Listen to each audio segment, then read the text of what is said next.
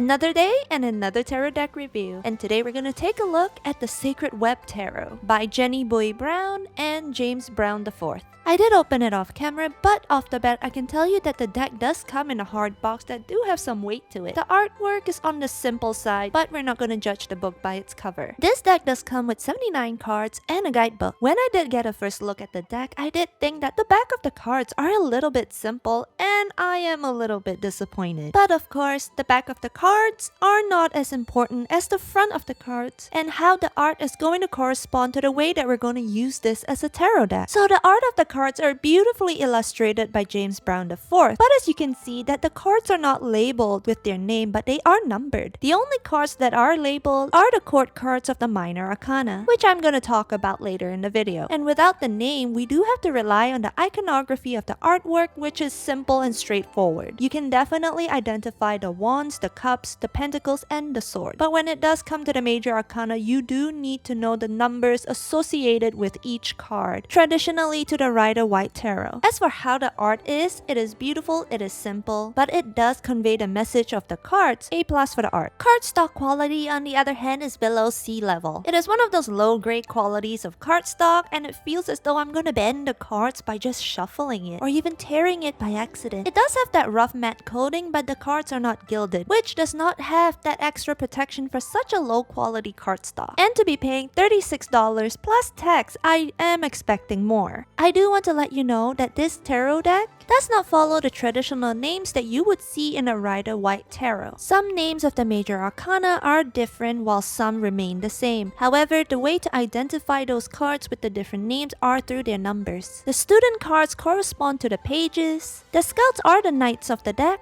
the swords are the queens, and seers seems to be corresponding to the kings. And there is one card that is unique to this deck only, called the Sacred Cosmic Self. It is neither a major arcana nor a minor arcana. I'm not gonna read to you the whole paragraph of what the card means that is written in the guidebook, but I can read to you one snippet of it, which is, I am the blessing, I am the sacred light. Very self-explanatory. The guidebook is written with lots of thought when it comes to your intuition, and it definitely has an artistic flair to the author. Beautifully written with care, and you will find all the names and the meanings of the cards within the book. She even adds the meanings of the symbols of color, the symbolism, and even the animals alongside to the corresponding numbers. I do love how the book was written, and I do love the art within this deck, but I do not like the card quality at all. I did wish it was better for the price that I paid for. Would I recommend this tarot deck? For the book, yes. For the art, yes. For the quality, absolutely not.